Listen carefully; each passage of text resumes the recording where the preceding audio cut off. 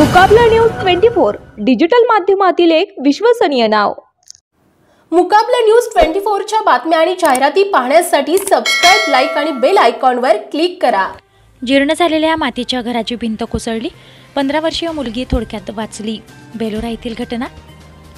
पुसद तालुक्यातील बेलोरा येथील रहिवासी असलेल्या चंद्रकला लक्ष्मण गडदे यांचे मातीचे राहते जुने घर आहे। बरेच वर्ष जुने घर असल्याने घराच्या भिंती खिळखिळ्या झाल्या होत्या। घराच्या भिंती कधी पडतील याचा नेम नसल्याने जीव मुठीत धरून राहावे लागत आहे।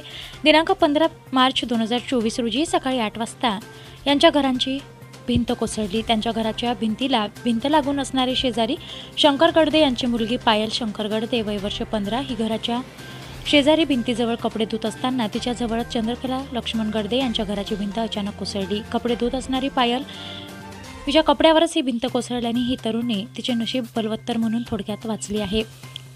बेलोरा गावामध्ये असे अनेक जुने घरे असल्याने भिंती कोसळणाऱ्या घटना अनेकदा घडल्या आहेत। सुदैवाने कोणतीही जीवितहानी झालेली नाही।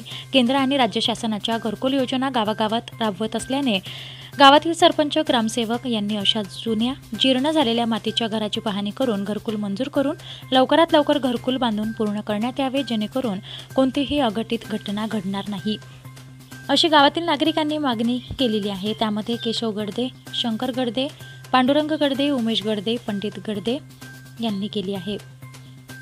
मुकाबला न्यूज 24 साठी प्रतिनिधी शेख एजाज, बेलोरा, पुसद। मुकाबला न्यूज 24 डिजिटल माध्यमातील एक विश्वसनीय नाव।